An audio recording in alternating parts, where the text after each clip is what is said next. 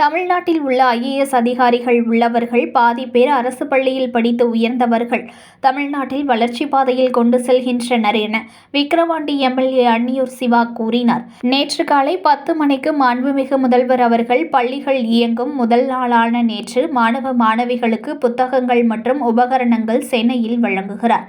விழுப்புரம் மாவட்டத்தில் விக்கிரவாண்டி தொகுதியில் உள்ள பகண்டை அரசு மேல்நிலைப் பள்ளியில் நடைபெறும் விழாவில் சட்டமன்ற உறுப்பினர் அன்னியூர் சிவா அவர்கள் புத்தகங்கள் மற்றும் உபகரணங்களை வழங்கி சிறப்பிக்க உள்ளார். இந்த நிகழ்ச்சியில் மாவட்ட கல்வித்துறையினர் பங்கேற்கின்றனர்.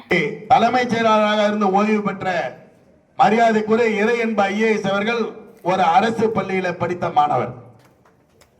அவருடைய தந்தையார் ஒரு ஆசிரியர். அவருடைய அண்ணன் அவர் ஒரு IAS, அவரும் அரசு பள்ளியில படித்தவர். கடும் நிதி நெருக்கடியிலும் இன்றைக்கு தமிழக அரசினுடைய நிதி பாரத்தை சுமந்து கொண்டு இந்த ஆட்சியை சிறப்பாக நடத்தி கொண்டிருக்கிற நம்முடைய தமிழகத்துடைய நிதித்துறை செயலாளர் உதயச்சந்திரன் IAS ஒரு அரசு பள்ளியில படித்தவர்.